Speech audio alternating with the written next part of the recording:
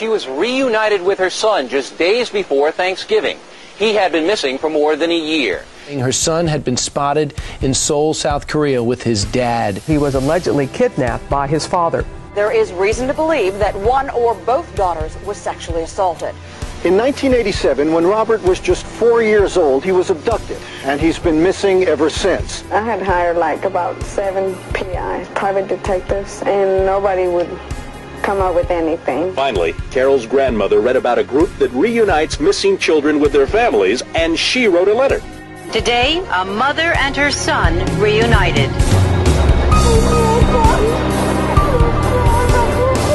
I really love you guys a bunch, and I missed you guys so much. How happy are you? Very happy.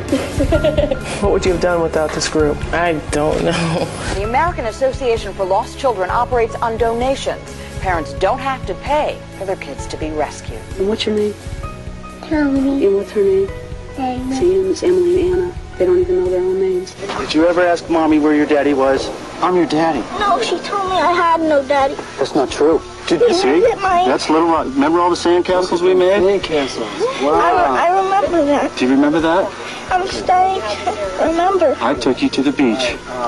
I'm your daddy, Robert. 10 families' prayers of being reunited were answered thanks to the American Association for Lost Children.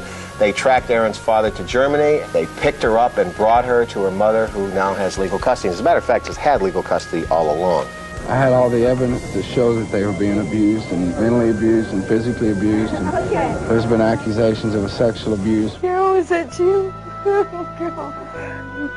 A mother and her little daughter are seeing each other for the first time in 5 years. I think I was in shock, because I just never dreamed it would have transpired. Had it not been for the American Association for Lost Children, I might not have seen her until she was an adult. Little Catherine is excited to be going home with her mother. Gosh, what an incredible story. It really is. Oh, man.